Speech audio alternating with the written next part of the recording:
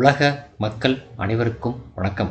இப்போது நாம் இவ்வாரத்தின் ராசி பலன்களை பார்ப்போம். முதலில் இவ்வாரத்தின் கிரக நிலைகள். மிதுனத்தில் குரு, சிம்மத்தில் கேது, கும்பத்தில் ராகு, மீனத்தில் புதன், செவ்வாய், சூரியன் மற்றும் சனி, மேசத்தில் சுக்கிரன். 14/4/2026 முதல் மேசத்தில் சூரியன். முதலில் மேசம். மேசத்தில் சுக்கிரன் இருப்பதால் கவர்ச்சி, கலை உணர்வு மற்றும் உற்சாகமான தன்மை கிடைக்கிறது. 3ஆம் இடத்தில் குரு இருப்பது தைரியம், நல்ல பேச்சு திறமை மற்றும் முயற்சியில் வெற்றியை அளிக்கும். லாபஸ்தானத்தில் ராகு இருப்பதால் எதிர்பாராத வருமான வாய்ப்புகள் உருவாகும். பொருளாதாரத்தில் பெரிய சிரமம் இருப்பதற்கு வழியில்லை. காரணம், ராசியில் தன குடும்பக்காரனான சுக்கிரன் பிரவேசித்து 7ஆம் இடமான தன்னுடைய ராசியை பார்ப்பது சிறப்பு. லாபஸ்தானத்தினை குரு பார்ப்பதால் தொழில் லாபம், வியாபார லாபம் நன்றாகவே இருக்கும். மனைவி மூலம் வருமானம் கிடைக்கும். கூடுதல் வருமானத்திற்கும் வழி பிறக்கும். 12ஆம் இடத்தில் சூரியன், சனி, புதன் ஆகியவை சேர்ந்திருப்பது அதிக செலவு, மன அழுத்தம் மற்றும் சில சமயங்களில் தனிமை உணர்வை உருவாக்கும். குருவின் 3ஆம் இட ஸ்தான பலன் அதிக செலவை தரும். அதோடு ராசிக்கு விரயத்தில் ராசி அதிபதி வருவதும் கவனமாக இருக்க வேண்டியதை சுட்டிக்காட்டுகின்றது. வீண் செலவுகளும் அலைச்சலும், தேவையில்லாத பிரயாணங்களும் ஏற்படும். 17/4/2026 இரவு 11:52 மணி முதல் 19/4/2026 இரவு 12:20 மணி வரை ராசிக்குள் சந்திரன் நுழைகிறார். பரிகாரம், முருகனை வழிபடுங்கள். அடுத்தது ரிஷபம். 2ஆம் இடத்தில் குரு இருப்பதால் நல்ல வருமானம், குடும்ப ஆதரவு மற்றும் மதிப்பு கிடைக்கும். குடும்ப ஒற்றுமை, மகிழ்ச்சி அதிகரிக்கும். 11ஆம் இடத்தில் சனி மற்றும் புதன் இணைவு திட்டமிட்ட முன்னேற்றத்தையும் அறிவு சார்ந்த லாபத்தையும் தரும். நினைத்ததை சாதிக்கும் தைரியம் கிடைக்கும். குடும்பத் துணைவரின் மூலம் கூடுதல் வருமானம், ஆதரவு உண்டு. களத்திரக்காரகன் செவ்வாய் லாபஸ்தானத்துக்கு வருவது சிறப்பு. ராசிநாதன் சுக்கிரன் 12இல் இருந்தாலும் நற்பலன்களை தருவார் என்று எதிர்பார்க்கலாம். 12ஆம் இடத்தில் சூரியன், சுக்கிரன் இருப்பதால் செலவுகள் அதிகரிக்கும் மற்றும் குழப்பம் தோன்றும். லாபஸ்தானத்தில் சனி, செவ்வாய் இணைந்து சஞ்சரிப்பது நல்லதல்ல. திட்டமிட்டு காரியங்களை செய்யாவிட்டால் சிரமங்கள் ஏற்படும். பணத்தையும் பொருளையும் பத்திரமாக பார்த்து கொள்ள வேண்டும். பரிகாரம், மகாலட்சுமியை வணங்குங்கள். மங்களங்கள் பெருகும். அடுத்தது மிதுனம். ராசியில் குரு இருப்பது மிகவும் நல்லதாகும். இது நல்ல குணம், மரியாதை மற்றும் உயர்ந்த சிந்தனையை ஜாதகருக்கு அளிக்கிறது. சித்திரை 1ஆம் தேதி முதல் 11ஆம் இடத்தில் சூரியன் வருவதாலும் மற்றும் சுக்கிரன் இருப்பதாலும் புகழும் வருமானமும் கிடைக்கும். 9ஆம் இடத்தில் ராகு இருப்பது தொழிலில் திடீர் முன்னேற்றத்தை தரலாம். செவ்வாய் தொழில் ஸ்தானத்துக்கு மாறுகின்றார். குரு தனது சொந்த ராசியையும் பாக்கியஸ்தானத்தையும் பார்வையிடுவதால் சிறப்பான பலன்கள் நடைபெறும். படித்து முடித்து வேலை இல்லாதவர்களுக்கு வேலை கிடைக்கும். 3ஆம் இடத்தில் கேது இருப்பதால் உறவுகளில் விலகல் மற்றும் தைரியத்தில் ஏற்றத்தாழ்வுகள் காணப்படலாம். ராசியில் குரு இருப்பதால் அவ்வப்போது மனதில் குழப்பங்களும் கவலைகளும் ஏற்படும். பொது வாழ்வில் உள்ளவர்கள் சிலர் வீண் பழிக்கு ஆளாக நேரிடும். உடல் ஆரோக்கியத்தில் பிரச்சனைகள் வரும்.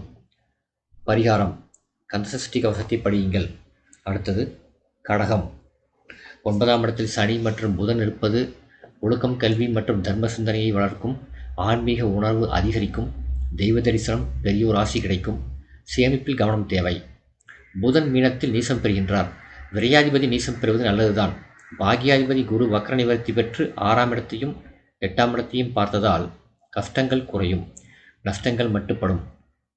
லாபாதிபதி சுக்கிரன் தொழில் ஸ்தானத்தில் வரும் நேரம் சிலருக்கு வெளிநாட்டு நிறுவனங்களிலிருந்து அழைப்புகள் வரும்.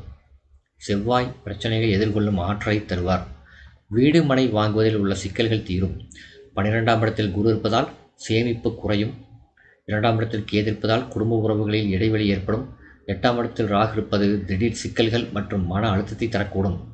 அஷ்டமஸ்தானத்தில் ராகு இருப்பதால் அதிக அலைச்சலும் பிரயாணங்களும் இருக்கும். சோர்வு ஏற்படும்.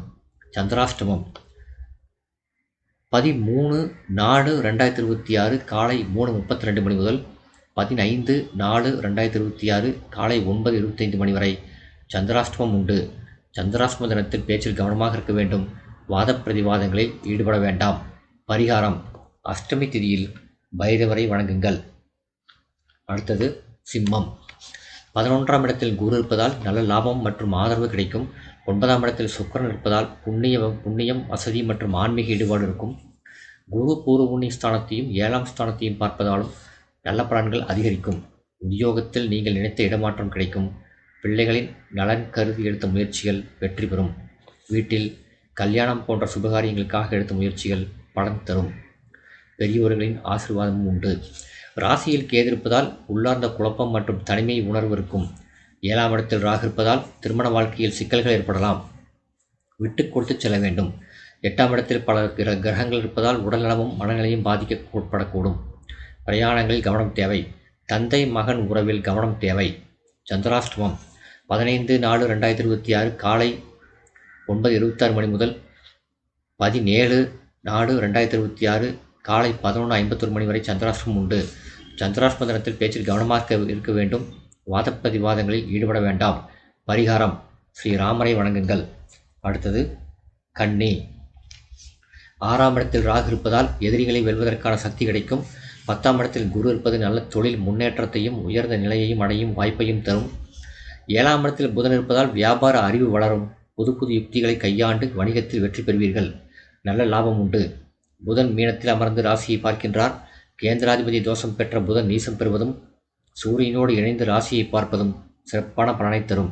வீடு கட்டும் பணியில் இருந்த சிரமங்கள் குறையும். கணவன் மனைவி உறவுகளில் உள்ள கசப்புகள் மறையும். 7ஆம் இடத்தில் சனி இருப்பதால் திருமணத்தில் தாமதம் அல்லது சிரமம் ஏற்படலாம். வழக்குகள் பிரச்சனை சிரமத்தை தரும். 12ஆம் இடத்தில் கேது இருப்பதால் மன அழுத்தம் மற்றும் தனிமை உணர்வு தோன்றும். வெளியூர் பயணங்களின் போது பொருள்களை பாதுகாப்பாக வைத்துக் கொள்ள வேண்டும். அதிக அலைச்சல் ஏற்படுவதை தவிர்க்க முடியாது. கணவன் அல்லது மனைவி ஆரோக்கியத்தில் சில இடையூறுகள் ஏற்படும்.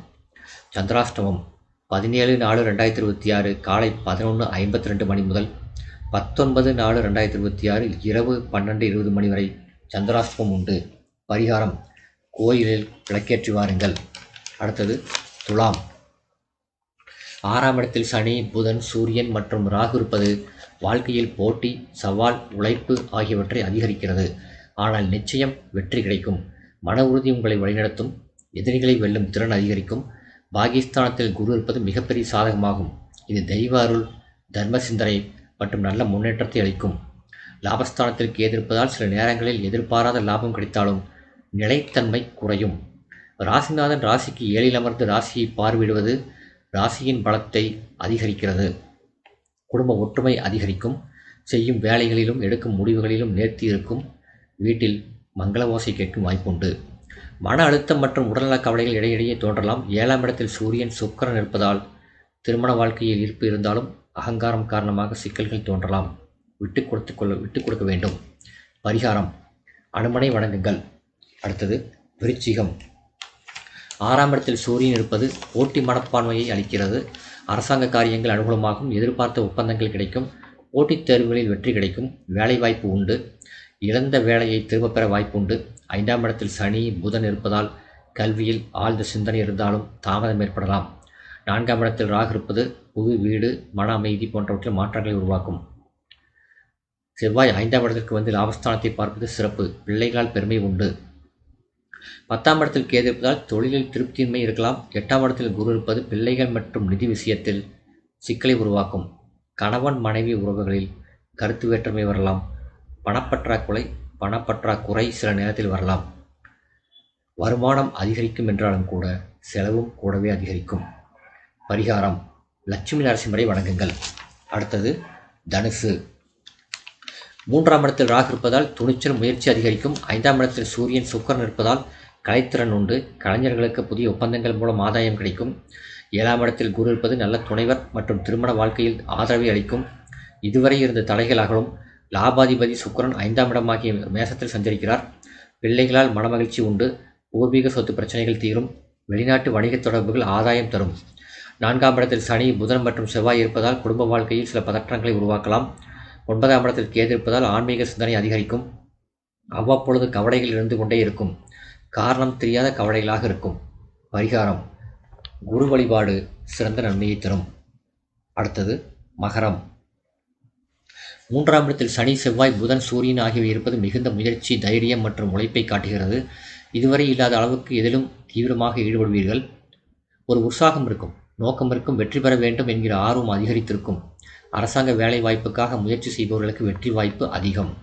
வேலை தேடுபவர்களுக்கு நிச்சயம் நல்ல வேலை கிடைக்கும்.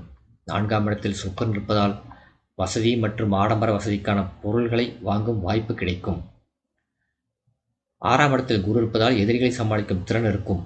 2ஆம் இடத்தில் ராகு இருப்பதால் பேச்சில் வித்தியாசம் மற்றும் வருமானத்தில் ஏற்றத்தாழ்வு இருக்கும்.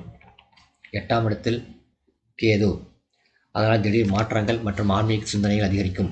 பாக்யாதிபதியான புதன் நீசம் பெறுவதால் சில நேரங்களில் கிடைப்பது போல் இருந்து கை நழுவி போகலாம். பரிகாரம்: ராகு காலத்தில் துர்க்கையை வணங்குங்கள். அடுத்தது கும்பம். 2ஆம் இடத்தில் சனி, புதன், செவ்வாய் இருப்பது கடின உழைப்பால் வருமானம் கிடைக்கும் என காட்டுகிறது. 3ஆம் இடத்தில் சூரியன், சுக்கிரன் இருப்பதால் பேச்சுத்திறன் மற்றும் கலை உணர்வு அதிகரிக்கும். 5ஆம் இடத்தில் குரு இருப்பது மிகச்சிறந்த அமைப்பாகும். இது கல்வி, பிள்ளை பாக்கியம் மற்றும் பூர்வ புண்ணியத்தை அளிக்கும். தன குடும்பக்காரகன் பஞ்சமஸ்தானத்தில் பலமடைந்து ராசியை பார்ப்பது சிறப்பு. தொழிலில் முன்னேற்றம் ஏற்படும். உத்தியோகத்தில் திறமை அதிகரிக்கும். மேலதிகாரிகளின் அங்கீகாரம், ஆதரவு உண்டு. திருமணமான பெண்களுக்கு கருத்தரிக்கு கிரக நிலைகள் சாதகமாக உள்ளன. ராசியில் ராகு, 7ஆம் இடத்தில் கேது இருப்பதால் தனிப்பட்ட வாழ்க்கை மற்றும் திருமண வாழ்க்கையில் மாற்றங்கள் ஏற்படும். வாக்குஸ்தானத்தில் சனி, செவ்வாய் இணைந்திருப்பதை கவனத்தில் கொள்ள வேண்டும். மிகவும் ஜாக்கிரதையாக பிறருக்கு வாக்கு தாருங்கள். சேமிப்பில் கவனம் செலுத்துங்கள். 12/4/2026 அதிகாலை 3:32 மணி முதல் 15/4/2026 காலை 9:25 மணி வரை ராசிக்குள் சந்திரன் நுழைகிறார். பரிகாரம்: வெள்ளிக்கிழமை கோபூஜை செய்யுங்கள் அல்லது பசுவை வழிபட்டு வாருங்கள். அடுத்தது மீனம். ராசியில் சூரியன், சனி, புதன் இருப்பது வலுவான தனித்தன்மை, சிந்தனை மற்றும் பொறுப்புணர்வை அளிக்கிறது. 2ஆம் இடத்தில் சூரியன், சுக்கிரன் இருப்பதால் குடும்பம் மற்றும் வருமானத்தில் கவனம் அதிகரிக்கும். 4ஆம் இடத்தில் குரு இருப்பது வீடு, வாகனம் மற்றும் மன அமைதியை தரும். தன குடும்பஸ்தானத்தில் சுக்கிரனும் இருப்பது பொருளாதார ரீதியாக நல்ல பலன்களை தரும். ஆரோக்கிய தொல்லை அகலும். புதிய தொழில் தொடங்கும் ஆர்வத்தில் இருப்பீர்கள். புதிய பயணங்கள் மேற்கொள்வீர்கள். 6ஆம் இடத்தில் கேது இருப்பதால் சில நேரங்களில் உடல் நல பிரச்சனைகள் தோன்றலாம். 12ஆம் இடத்தில் ராகு இருப்பது வெளிநாடு தொடர்பான வாய்ப்புகள் மற்றும் செலவுகளை அதிகரிக்கும். வரவு ஒரு பக்கம் வந்தாலும் செலவும் அதைவிட கூடுதலாகத்தான் இருக்கும். பயணங்களின் போது பணம், பொருளை மிகவும் எச்சரிக்கையாக வைத்துக் கொள்ள வேண்டும். ஏனென்றால் அதை தவறவிடும் வாய்ப்பு உண்டு. 15/4/2026 காலை 9:26 மணி முதல் 17/4/2026 இரவு 11:51 மணி வரை ராசிக்குள் சந்திரன் நுழைகிறார். பரிகாரம்: வாரம் ஒரு முறையாவது ஒரு ஏழைக்கு உணவு தாருங்கள். இந்த வீடியோ உங்களுக்கு பிடிச்சிருந்தா லைக் பண்ணுங்கள், ஷேர் பண்ணுங்கள், சப்ஸ்கிரைப் பண்ணுங்கள். நன்றி.